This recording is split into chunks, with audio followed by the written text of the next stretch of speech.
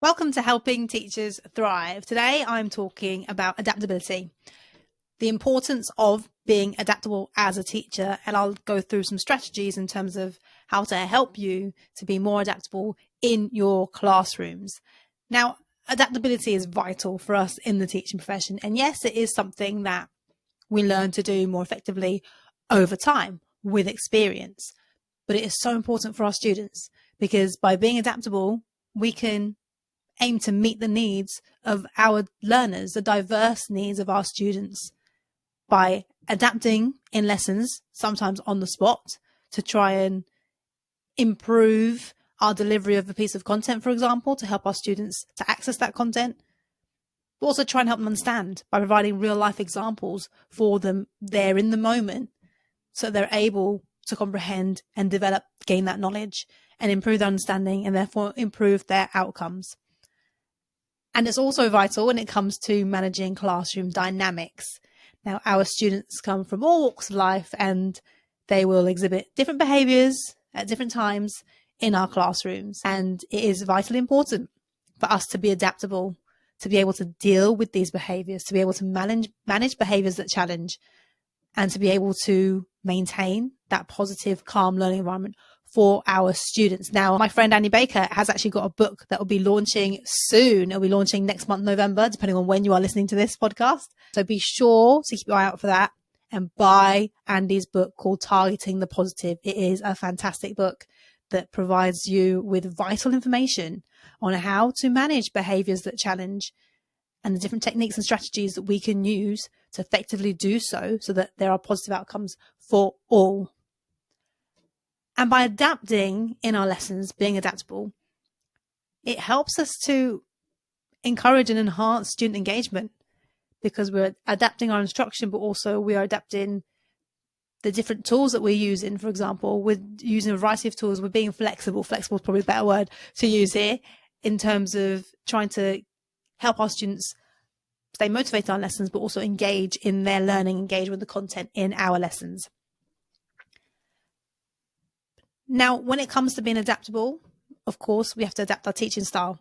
We have to. There are certain times when we'll need to use a more authoritarian, for example, style of teaching.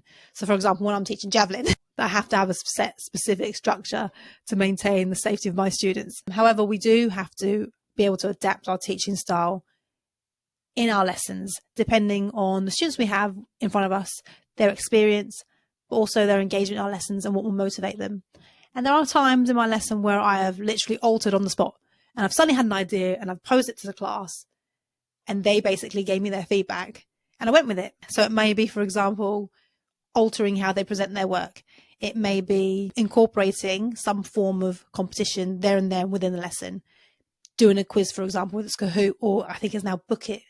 I can't remember what it's called now, but I've used it once in my lessons with a training member of staff who was with me, who actually showed me the quiz-like game, a bit like Kahoot, but it's got different rules and different competitions for students. And they loved it. The students absolutely loved it. And I just decided on the spot, yeah, let's have a go. Let's do this.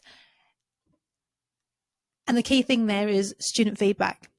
Involve the students in decision-making sometimes because it helps us to engage them a lot better in our lessons. It motivates them a lot more and it builds that trust between you and the students, that they'll respect you more, they'll like you more. Of course, we can't give them everything they want, but us actually posing a question and asking our students, like, would you prefer doing this? Shall we have a go at doing this? And allowing them to make that decision. And then if you potentially go for it with it, fantastic, go for it.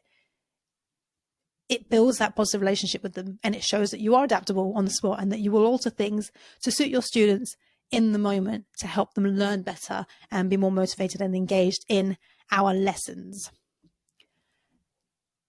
Now, if you are struggling with your classroom dynamics and your classroom management and engaging your learners and dealing with those difficult behaviours that you may be struggling to deal with in your lessons, then I have an online platform called Mastering Teaching, where I have hours and hours and hours worth of content to support you in the teaching profession, to help you build your skills, develop your knowledge, and thrive in the classroom by paving your way to becoming an outstanding teacher. I have content already on there in terms of how to use your voice effectively, how to deal with challenging behaviours in your classroom, how to engage your learners and motivate them, how to engage them in revision activities and incorporating different activities to push your higher attaining students in your lessons, as well as how to incorporate IT effectively in your lessons, and much, much more. So if you would like to check out Mastering Teaching, then there is a link somewhere below in the show notes where you can access the online platform, and you can subscribe today, become a member today for less than 50p a day with no risk, no commitment. You can sign up and cancel at any time. Now, this is actually a founder member offer, which will be going up soon. So if you would like to lock in that price for life, be sure to head over there and subscribe today, and I'll see you in the members area.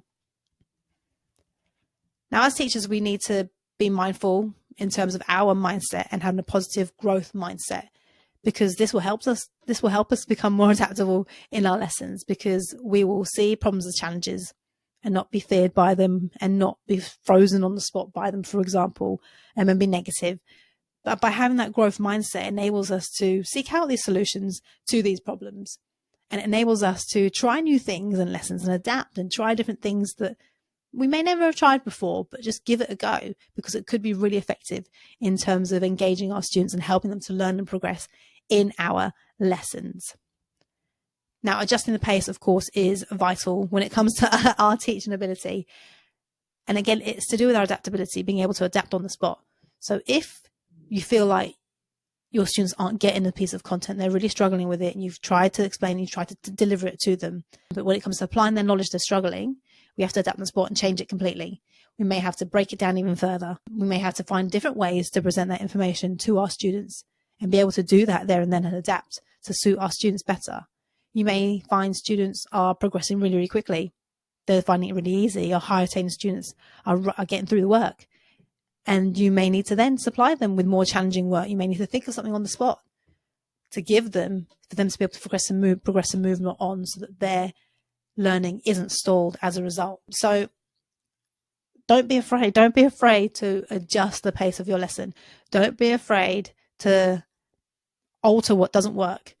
Because when it comes to adaptive teaching, this is exactly what we are doing. We're adapting on the spot to help our students, whether it's providing some students with more scaffolds than others, for example, and within our lesson, supporting some students more than others, adapting our instruction, using the high order questioning techniques to help push our more able learners. It's vitally important that we learn from our colleagues. So if you are struggling with adapting in lessons, for example, if you find yourself freezing or being quite rigid and sticking to your lesson plan, then have a word with colleagues. Go and observe other colleagues, see what they do, because by them modeling it to us, we're more likely to learn, we're more likely to be able to model and copy that and take it into our lessons as well. So don't be afraid to ask colleagues if you can observe them in a certain area, specifically to do with a certain aspect of your teaching ability, whether it's adaptability or anything else, just so that you can then have a visual that you can then replicate and copy in your lessons. Because by being more adaptable, we are going to engage our learners a lot more, motivate them in our lessons. And we're going to increase their inquisitiveness in terms of their learning. They're going to be interested and want to learn more, because we are adapting, we're doing different things to motivate them and enhance their engagement within our lessons. So don't forget, if you'd like to join my Mastering Teaching online platform for less than 15p a day with no risk, no time to cancel at any time, then be sure to head over there today using the link so you can lock in that price for life. So you can access hours and hours and hours worth of content to help reduce your stress, reduce your risk of burnout and anxiety, and increase your chances of progression, and help you pave your way to becoming an outstanding teacher. Thank you for tuning in with me again today. And until next time, keep on thriving and keep on changing young lives.